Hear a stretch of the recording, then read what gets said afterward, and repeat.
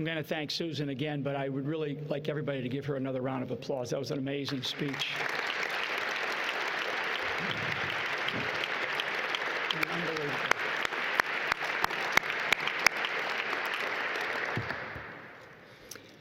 It's the appropriate place, Institute of Peace, right? And I want to thank everybody for their very kind welcome, not only here last night, but really sort of back into government. I want to thank the U.S. Institute of Peace for Peace, and I especially want to thank Nancy Lindborg and Steve Hadley and many of the other former national security advisors and other cabinet officers for their graciousness, their time, and their counsel over these past 2 months.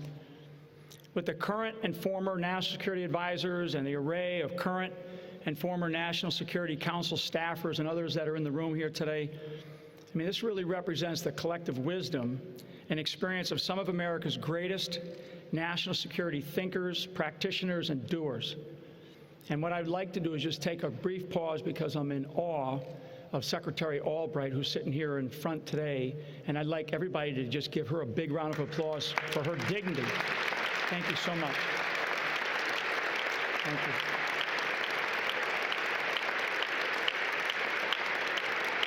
I mean, there's, as Susan just demonstrated, and as Secretary Albright has also demonstrated, just a grace, a dignity, an elegance, and a commitment to this country that goes beyond, you know, sort of our wildest imaginations. People outside don't realize the sacrifices that what you see in Dr. Rice, Ambassador Rice, and what you see in Secretary Albright, and I think that sort of transcends who we are. And it is Americans that are our greatest asset, and our American people, the American people that we have in this country, across this country. That said, the gravity of this moment is a bit overwhelming as I step back into government for what I know is a monumental task ahead. Transitions are hard enough. They're hard enough in anything that we do, but transitions and transfers of power from one United States president to the next are historic, and this one is no exception. To me, one of the most significant moments in American history was at the very beginning, when President John Adams was not reelected and had to hand the presidency over to his arch rival, Thomas Jefferson. It could have been a constitutional crisis, but it wasn't. Why? Because we have a peaceful transition of power, and that is the tradition that has bound us all ever since. As for Adams and Jefferson, in their final years, they became great friends, and their correspondence is one of the best examples of patriotism and bipartisan sense of national purpose among all of our leaders that have ever existed.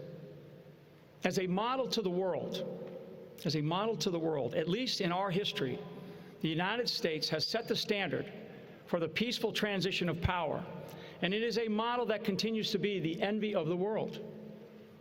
We stand today on the threshold of a new era as we continue to navigate the remainder of the 21st century, a century that has already presented us with numerous unpleasant surprises. And looking ahead, this century clearly represents one with even more risk, but also with many opportunities. I want to personally, again, thank Ambassador Rice and her entire team for their preparation, the transition materials, as Ambassador Rice highlighted, that they've provided to us, the initiation of various NSC reform measures that she has already undertaken, and the time that she and her team took to help guide us and to help us be as well prepared as we can be prior to Inauguration Day. As I stated, these early years of the 21st century have proven to be extraordinarily challenging as old, familiar threats and challengers have reasserted themselves and new ones have emerged, lending this period of time a feeling of great uncertainty and, in certain parts of the world, reverberating upheaval. Given the hyper-accelerated nature of the time in which we live and emerging threats and active adversaries that are also moving at warp speed, these 21st century challenges are among the toughest we as a nation have faced in decades, in many decades. This is why we are absolutely committed to leading a National Security Council with our President-elect's vision to make America great again, that has as its primary mission,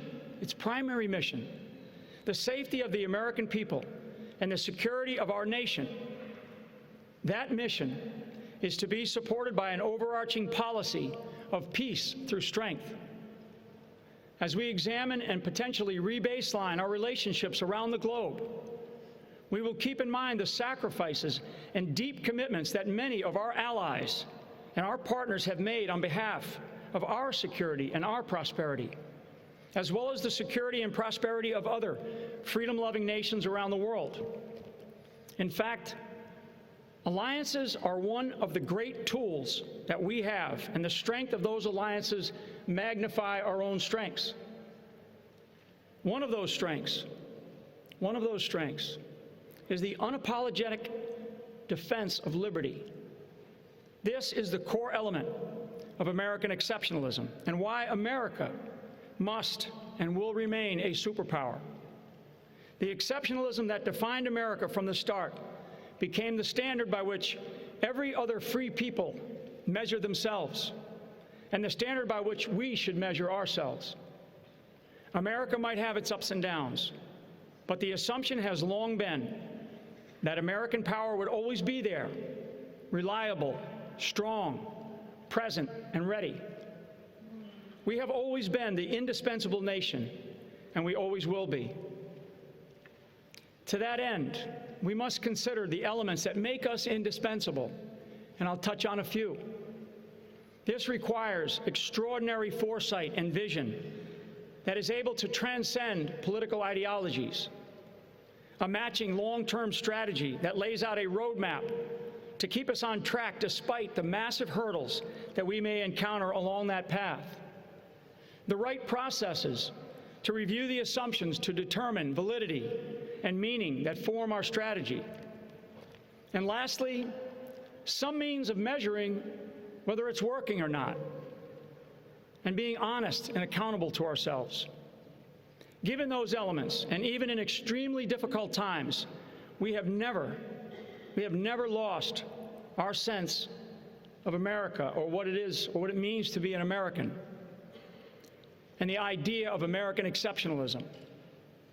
Faced with some of the darkest days of civil and foreign wars, economic depression, and many recessions that we've gone through, weak leadership at home, or hostile threats from abroad, the American people always maintained their faith in the uniqueness of our democratic experiment, which produced the greatest force of economic growth and innovation, and the greatest model for liberty the world has ever known. That has not and will not ever change. This is the essence of American leadership. Whether we like it or not, the world needs us, and in fact, demands it. What has changed is the nature and character of America's enemies and the new and dangerous technological environment in which they operate. That's why we are committed to having the National Security Council continue to serve as the fulcrum of national security and national security decision-making in the most effective way possible. On the National Security Council, we will serve 4 primary functions. We will advise the President on national security issues. We will formulate national security policy in coordination with the interagency process. We will monitor how policy is carried out. And we will also ensure that the President is properly prepared and staffed for the many national security-related events that we are likely to encounter. And I would add one additional function. I want to add that President-elect Trump, we need to help him work with our partners in Congress on both sides of the aisle, despite the difficulties that we will face. Serving as the National Security Advisor is an awesome responsibility, and it gets to the very essence of protecting and defending the American people, our homeland, and our Constitution. Given those responsibilities, it is our mission to ensure that the President, the national security community, and the American people continue to be well served. In order to achieve that, we are absolutely committed to continue carrying out those necessary reforms begun by previous administrations. All of this will be done in the spirit of working toward common national security goals, particularly protecting American values and principles. As we confront the serious threats facing us, we also recognize that what makes our country exceptional is what we are defending every day, and that's freedom. And we must never fear who we are or shy away from the values and the principles that America represents. Again, we have a lot of serious challenges in front of us. Make no mistake about that. But we will face them. We will face these challenges undaunted, with a re-energized sense of responsibility and purpose. Lastly, finally, I will tell you that KT McFarland and I, we're very excited. We're ready to get started.